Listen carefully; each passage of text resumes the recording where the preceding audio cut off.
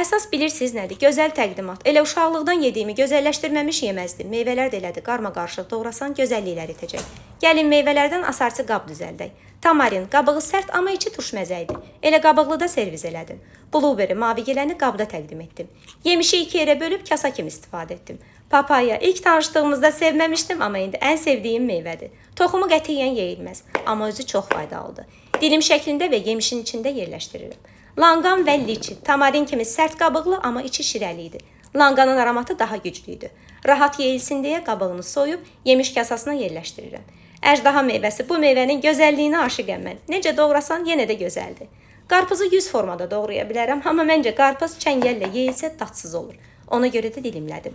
Kivini də qabıqsız yerləşdirdim, çox şirin kivi idi, tam yetişmişdi.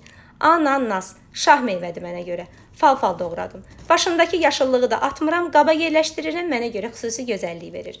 Sonda şamamaya bənzər yemişi heyfim gəlsə də dilimlədim. Xoşum gəlmir meyvələr bütöv şəkildə meyvə qabında olanda. Qonaq gələndə vaxt getməsin deyə öncədən doğrayıb strecləyirəm ki, qaralmasın və çayla birgə süfrəyə verirəm. Bəs siz necə edirsiniz? Fikirlərinizi rəylərdə tək-tək oxuyacağım.